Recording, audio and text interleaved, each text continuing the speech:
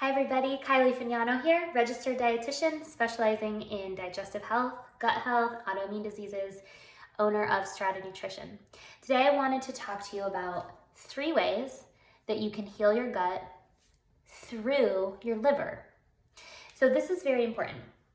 The liver is responsible for many different things. It plays a huge role in digestion and it plays a huge role in detoxification. Okay, so let's break that down. The liver has to get rid of anything that comes into the body that doesn't have a specific role. So if something enters the body and there isn't a place for it to go, or it can't be entered into some sort of cycle, or it can't be turned into something that the body can use, then the liver has to remove it. So it goes through the detoxification pathways that exist within the liver and either gets removed from the body from our stool, our sweat, or our urine. So when one of these systems, the detoxification system or the digestive system, is backed up or in any way impaired, you really have to take a look at both pieces so that once you get them both running smoothly, it helps the other side. So if we were to help smooth out whatever's happening in the liver on the detoxification side, it's going to allow the digestion piece to also fall into place. So this is why I'm mentioning the liver. So here are 3 things that we can think about and focus on that involve the liver specifically that's going to help lighten the burden or support the liver and therefore help your digestion. So it's just a little bit of a different approach from what we normally are talking about. And this is going to be perfect for any of you who are just like, I'm at my wit's end with my food and I'm at my wit's end with supplements and I can't take another probiotic. Take a break from that stuff and maybe focus on some of these things and just see if you can get yourself moving in the right direction or give your body a little bit of clarity, kind of like clear the windshield a little bit so you can see where the right path to take next is, okay? So the first thing is that we need to support the liver. And this can be done in a number of ways, but I'm going to talk to you as your dietitian about the food that you can add in, or maybe you're already doing a lot with these different types of foods, but making sure that they make their way into your day every single day. So these are your cruciferous vegetables. Okay, so cruciferous veggies are just a particular section of the whole vegetable family, and they include things like broccoli, cabbage, Brussels sprouts, cauliflower, bok choy, arugula, things like that. So making sure that you have one of those items, collard greens, that's another good one. Making sure you have one of these in your diet every single day in one form or another is going to offer your liver so much support. The liver also really loves some of the compounds found in garlic, onions, green tea, and dandelion tea. So even if you're just like, you know what, I cannot think about getting these greens in right now, it's just too much. Maybe you go to the store and buy some dandelion tea and you just have a cup of that during the day. There's no caffeine in it. You shouldn't have any bad reactions to it. It could be really easy. Put some ice in it, put a little honey if you need to, no problem. The thing is that each of these foods that I named, and you can refer, I made a post about this that has all this information in there for you. But if you are adding in and including these things, the compounds that are included in those foods are utilized specifically in the detoxification pathway within the liver. And so you're really supporting the liver without really having to do a tremendous different thing in your life. If you already like some of those foods, just make sure that you're getting them in every single day in one form or another. A perfect example, this morning I had some turkey sausage and I sauteed it all up, and I had some Brussels sprouts left over from dinner. Actually, they were left over from Thanksgiving. We're still working through those leftovers. And I just put some of those in the pan and I sauteed it all up, and it was done in 4 minutes. Done. And I made sure that I had some part of those foods with the compounds that are helpful for the liver in my day. Done. Okay. Just as an idea. Okay. The next thing that you might consider, so the second thing that you might think about is what is coming into the body that your liver has to deal with. So remember I said anything that enters the body that doesn't have a purpose or a use has to be taken out of the body. And every time something comes in that has to be taken out, it puts taxing energy on the liver. Now the liver is designed to do this job. It's part of why we have our livers. So it's not as if you can't ever come into contact with something that your liver has to process out.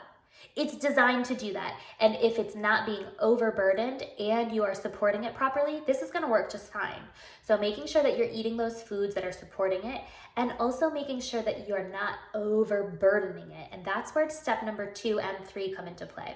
So the second thing I want to think about here is where might you be getting extra chemicals or toxins that have to be removed through your food or through the things that you store your food in, like plastic containers, or the things that you drink your water out of, plastic water bottles. There are pieces of the chemicals that create plastic that leak out of plastic with time, and that leaks into your food and into your water, and they're extremely disruptive to hormonal pieces in our body, and they're a chemical that has no use in the body, so the liver has to get rid of them. So something as simple as switching any plastic that you have in the house over to glass or silicone or stainless steel is an amazing starting point. Same thing with water bottles, including your kids. So if you can get those cool little stainless steel ones for kids, that would be a really awesome starting point. The other thing that you want to think about is where are chemicals coming in through your food? So maybe you're getting fresh fruits and veggies and you've been really focused on that, and you're doing an amazing job. What is the quality of that? I really love referring to the Environmental Working Group. They have a list called the Dirty Dozen and the Clean 15. And I've talked about this quite a few times. They update it every year. And it is a list, the Dirty Dozen is a list of 12 produce items that are known to have the most exposure to things like pesticides and farming chemicals. And so the idea is that you look at that list, and if it fits your budget and if you're capable of, always purchase those items organically because they have the highest exposure. The Clean 15 is a list of 15 produce items that, even if they are conventionally grown, tend to have the lowest amounts of farming chemicals, pesticides, glyphosates, etc. So if you're thinking like, oh man, I would really love to kind of dial in on the organic food scene, but it feels really overwhelming and really expensive, you're right to both of those things. It can be very overwhelming and it can be very expensive. Take a look at those lists from the Environmental Working Group. They also have an app, EWG, it's free, you could download it, and allow that to be a little bit of a guide for you. So you can find your middle ground and decide, okay, I'm gonna purchase just this stuff. And sometimes actually getting them frozen, like frozen berries organically, are a little bit of a better deal sometimes. So just to throw that out there, that may be something helpful for some of you.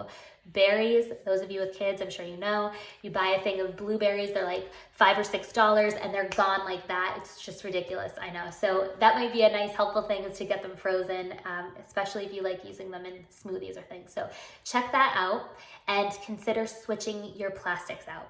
And then the third thing, this also has to do with removing some of the burden from the liver. The third thing that I want to talk to you about is how can you remove some of the excess chemicals that are coming in through your personal care products. So what are you putting on your hair, on your skin, on your lips, on your eyes? What lotions and serums and magic are you using? How much? What about toothpaste, mouthwash? How much is your body coming into contact with things that it can't actually use inside your body on a day-to-day basis? We don't think about this because it's our routine. We just do it. So how long have you been using the same products? Take a look at them. You can scan a lot of them using that Environmental Working Group, or if you are watching this at any point and you want a few more recommendations on some clean products, absolutely reach out to me. I've got a long list of things. I won't burden you with them here, but know that I have the resources and I'm happy to share it with you. If you are watching this at any point and would like that, just reach out and I'll send it over to you. These are 3 really easy starting points. These are 3 incredible ways that you can improve the health of your gut that have nothing to do with food, that have nothing to do with supplements, that have nothing to do with restricting yourself. It's just a little bit of a different approach. So if you have been in this game for a long time now and you're not seeing results and you're just feeling burnt out, maybe you put that stuff on the side and you focus on some of these things for a little bit and just see over the next few weeks or few months if you can start to give yourself a little bit of a shift.